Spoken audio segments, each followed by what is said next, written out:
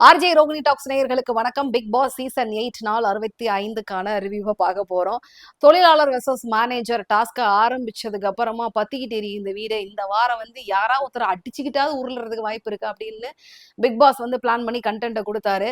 முதல் நாளே கேம்ல தீபக்கும் அருணும் கொஞ்சம் மல்லு கட்டிக்கிட்டு பெருசா அந்த கண்டென்ட்டை நவுத்திட்டு போனாங்க. அதாவது டாஸ்க்கு முன்னாடியே ஆஹா அதை வச்சுதான் டாஸ்கே கிரியேட் பண்ணாங்க. ஆனா அடுத்த நாளே பார்த்தா 2 பேரும் ஓரமா உட்காந்துட்டு அழுத்திட்டு இருக்கிறாங்க. அதை பார்த்து ரஞ்சித் அவர்கள் அப்படிங்கிற மாதிரி எனக்கு அந்த லிட்டரலா அந்த சீனை பாக்குறப்ப வேணாம், சில விஷயங்கள் சொன்னா சென்சார் பண்ணிடுவாங்க, அதனால சொல்ல மாட்டேன்.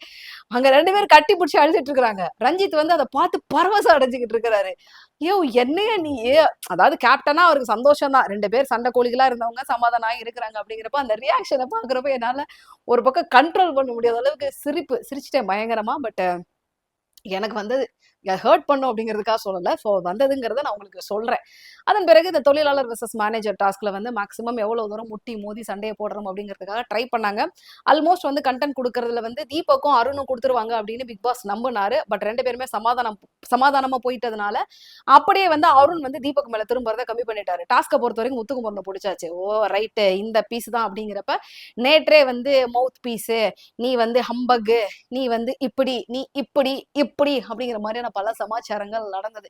ஆனா உண்மையிலே சொல்லட்டுமா, நேற்று எபிசோட பொறுத்த வரைக்கும் லாஸ்ட் 15 மினிட்ஸ் எனக்கு பாக்குறதுக்கான மென்டாலிட்டியே இல்லை. ஏன் அப்படின்னா அவ்வளவு கட்டுப்படிச்சு போச்சு. கத்திக்கினே இருக்கிறானுங்க, பேசிக்கினே இருக்கிறாங்க. ஒரு அளவுக்கு மேல அந்த டாஸ்கை சுவாரஸ்யப்படுத்துறதுக்கான எந்த மெனக்கடலுமே யாருமே எடுக்கல. 2 பேர் கத்திக்கிட்டு இருக்கிறாங்க. முத்துக்குமரனும் அருண் மட்டும் கத்திக்கிட்டே இருந்தா 2 பேர் தனியா இருந்தாலும் டாஸ்க் பண்ணணும். மத்தபடி மிச்சம் 13 பேர் என்ன பண்ணிட்டு இருக்காங்க அப்படிங்கிற மாதிரி ஒண்ணு ஆயிடுச்சு. ஏன்னா இவங்க 2 பேர் மட்டுமே பேசுறத ரிப்பீட்டடா பாக்குறப்போ ஒரு மாதிரி போர் அடிச்சிருச்சு அப்படின்னு தான் சொல்லணும். லாஸ்ட் 15 மினிட்ஸ் எனக்கு நான் பார்க்கவே இல்லைடா, நான் கண்டிப்பா எதுவும் புதுசா பண்ணிருக்க மாட்டாங்க அப்படிங்கிற மாதிரி மனநிலைக்கு நானே விட்டேன். ஓகே ரைட், இன்னைக்காவது அப்படியே உல்டா பண்ணி மாத்துறாங்க பாத்தீங்களா, அப்படி அப்படின்னு இதுல ஏதாவது பண்ணுவாங்களா அப்படின்னு பாக்குறப்ப மேனேஜரா இருந்த அருணை அப்படியே மறுபடியும் அங்க போறேன் அப்படின்னு சொல்லிட்டு டீம்ல இருக்கிற எல்லாரும் டிஸ்கஷனை போட்டு அப்படி பண்ணோடனே சௌந்தர்யா இந்த இடத்துல நான் தனியாக இருப்பேன், நான் மட்டும்தான் அப்படின்னு சொல்லிட்டு அவங்க ஒரு முடிவை சொன்னாங்க. ஸோ கண்டிப்பா வியாழன் வெள்ளிக்கிழமை வரைக்கும் இந்த டாஸ்க் தாங்குமா அப்படின்னு பாத்தீங்கன்னா கஷ்டம்தான். ஏன்னா பொதுவா அவங்கள பிக் பாஸை பொறுத்த வரைக்கும் ஃப்ரைடேங்கிறது ட்ரை டே தான். ஏன்னா சாட்டர்டே எபிசோட்ஸ்க்கு தயாராகணும் அப்படிங்கிறதுக்காக கொஞ்சம் உடம்பளவுல உங்களுக்கு ரெஸ்ட்டும் கொடுப்பாங்க, எல்லா விஷயத்துலயும் கொஞ்சம் ரெஸ்ட் கொடுப்பாங்க.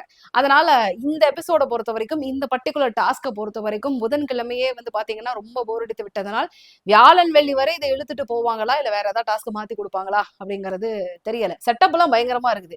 வெளியில அந்த இதுக்கெல்லாம் ஒன்றும் குறைச்சல் இல்லை அப்படின்னு சொல்லுவாங்கல்ல, அந்த மாதிரி வெளியில செட் ப்ராப்பர்ட்டி பண்ணி இது பண்ணதுக்கெல்லாம் பெருசா குறைச்சல் இல்லை. ஆனா டாஸ்கை பொறுத்த வரைக்கும் சுவாரஸ்யம் அப்படிங்கிறது ரொம்ப ரொம்ப கம்மியா இருக்கு. அதனால மக்கள் நிறைய பேர் எப்படா முச்சு விடுங்களா அப்படிங்கிற மாதிரி ஒரு மைண்ட் செட்டுக்கு வந்தாச்சு. ஸோ முக்கியமான விஷயம் இந்த வீக்கை பொறுத்த வரைக்கும் மக்கள் எதிர்பார்க்கிறது என்ன அப்படின்னு பாத்தீங்கன்னா டபுள் எவிக்ஷன். நான் ஆல்ரெடி சொல்லியிருந்தேன், 6 வாரங்கள் மட்டும்தான் இருக்கிறதுனால 15 பேர் உள்ள இருக்கிறாங்க.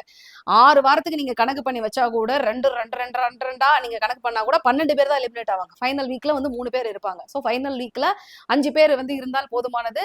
ஃபைனல்ஸ் அன்னைக்கு உள்ள 3 பேர் இருந்தா போதுமானது. அதனால் வரக்கூடிய எல்லா வாரங்களுமே டபுள் தமாக்கா இருக்கும் அப்படிங்கிறதுனால ரொம்பவே இந்த வரக்கூடிய எல்லா வீக்கெண்ட் எபிசோட்ஸுமே பெரிதும் எதிர்பார்க்கப்படுது அப்படின்னு தான் சொல்றாங்க. லாஸ்ட் வீக் நடந்த எவிக்ஷன் பத்தி நிறைய விஷயங்கள் முன்னுக்கு பின் முரணாக சொன்னாலும் வரக்கூடிய வீக்ல தர்ஷிகாவோ இல்ல பவித்ராவோ இந்த மாதிரி எவிக்ட் ஆகிறதுக்கு வாய்ப்பு இருக்குன்னு சொல்றாங்க. ஆனா அன்அபிஷியலா இந்த கருத்து கணிப்பு நடத்தி ஓட்டு எல்லாம் எடுப்பாங்கல்ல, அதுல ஷாக்கிங்கான ஒரு விஷயத்த நான் பார்த்தேன். என்னன்னா பவித்ரா ஜனனி டாப்ல இருக்காங்க ஓட்டிங்ல, சௌந்தர்யாவே அவங்களுக்கு பின்னாடிதான் இருக்கிறாங்க. ஸோ ஆல்மோஸ்ட் லாஸ்ட் பிளேஸ்ல விஷால் அதுக்கப்புறம் தர்ஷிகா இவங்க தான் இருந்ததுனால அடுத்த வரக்கூடிய வீக்ல தர்ஷிகா எலிமினேட் ஆகிறதுக்கு வாய்ப்புகள் இருக்கிறதா சொல்றாங்க. எனக்கு ஒன்றும் ஆசையெல்லாம் கிடையாது. யார் அவங்களுடைய பெஸ்ட் கொடுக்குறாங்களோ அவங்க இருக்க போறாங்க. யார் பெர்ஃபார்மன்ஸ் ரொம்ப போரா பண்றாங்களோ அவங்க வெளில போறாங்க. அதான் நடக்க போகுது. ஸோ ஆல்மோஸ்ட் அடுத்த வரக்கூடிய வாரங்களும் டபுள் எவிக்ஷன் அப்படிங்கிறதுனாலதான் இந்த பரபரப்பும் சூடும் பிடிச்சிருக்கு அப்படின்னு கூட சொல்லலாம். இன்னும் ஃபைனல்ஸை நெருங்கி கொண்டு இருப்பதனால் நிறைய பேர், ஏன்னா ஒரு பக்கம் சோசியல் மீடியாவை பொறுத்த வரைக்கும் அதிகப்படியான ஃபாலோயர்ஸ் சப்போர்ட் யாருக்கு இருக்கு அப்படின்னு பாத்தீங்கன்னா இப்போ இருக்கக்கூடிய கரண்ட் சிச்சுவேஷனை பொறுத்த வரைக்கும் சௌந்தர்யாவுக்கு அதிகமா இருக்கிறத என்னால பார்க்க முடியுது. பட் என்ன அப்படின்னா, சௌந்தர்யாவை பொறுத்த வரைக்கும் ஃபர்ஸ்ட் ஒரு 2 வீக்ல என்னை யாருமே சரியாவே வந்து கவனிக்கல, சேர்த்துக்கல, என்னை வந்து ஒதுக்கிட்டாங்க அப்படிங்கிற மாதிரி கன்டென்ட் கொடுத்தாங்க. 3வது வாரத்திலிருந்து உள்ள புகுந்து ஏதாவது பண்றதுக்கு ட்ரை பண்ணாங்க. கொடுத்த 2, 3 டாஸ்க்கை வந்து சொதப்புன்னு சொதப்புனாங்க. 4வது வாரத்துல இருந்து பாத்தீங்கன்னா அடிதடியா இறங்கி அப்படி அப்படி இப்படின்னு சொல்லிட்டு சவுண்டை வந்து இன்க்ரீஸ் பண்ணதுக்கு அப்புறம் ஒரு மாதிரியான ரவுடிசம் கூட சொல்லலாம்.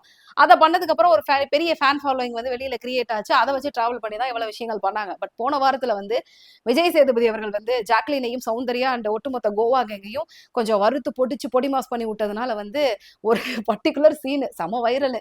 அந்த முத்து படத்துல வந்து எல்லாரும் வண்டியில போறப்ப கவுந்து போயிரும் பாத்தீங்களா வண்டியில, அப்ப வந்து வடிவேலு படுத்து கிடப்பாரு, கனவு இதுதான் நிஜம் இதுதான், அதே மாதிரியே பீம் பேக்ல படுத்துக்கிட்டு சர்க்கரை நிலவை பாட்டு பாடினாங்க.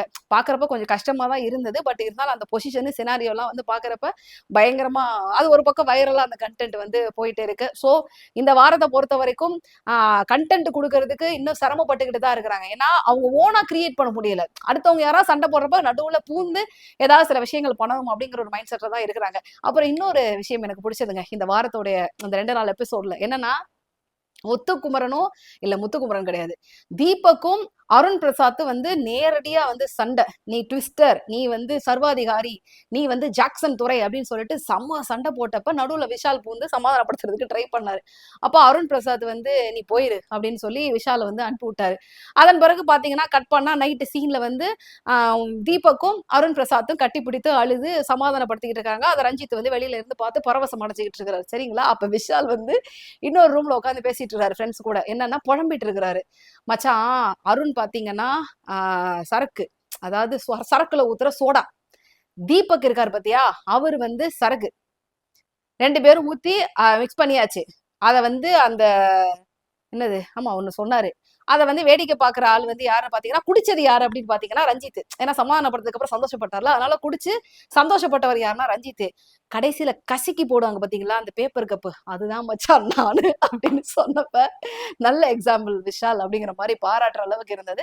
நல்லாவே சொன்னார். சோ இவங்க சண்டைக்குள்ள போய் தேவையில்லாம நான் தலையிட்டு ஏதாவது பண்ணிடுறேன் அப்படின்னு சொல்லிட்டு கேவலமா வந்து அவமானப்பட்டேன் அப்படிங்கிற ஒரு மொமெண்ட்டை வந்து ஷேர் பண்ணியிருந்தாரு. பட் கேமை பொறுத்த வரைக்கும் விஷால் எல்லாருமே வந்து கொஞ்சம் பின் அடிக்கிற மாதிரியோ பேக் அடிக்கிற மாதிரியோ இருக்குது. இந்த மீன் என்னன்னா ரொம்ப இன்ட்ரெஸ்டும் சுவாரஸ்யமும் குறைஞ்சிக்கிட்டே வர்றதை வந்து நிறைய எபிசோட்ஸ்ல பார்க்க முடியுது.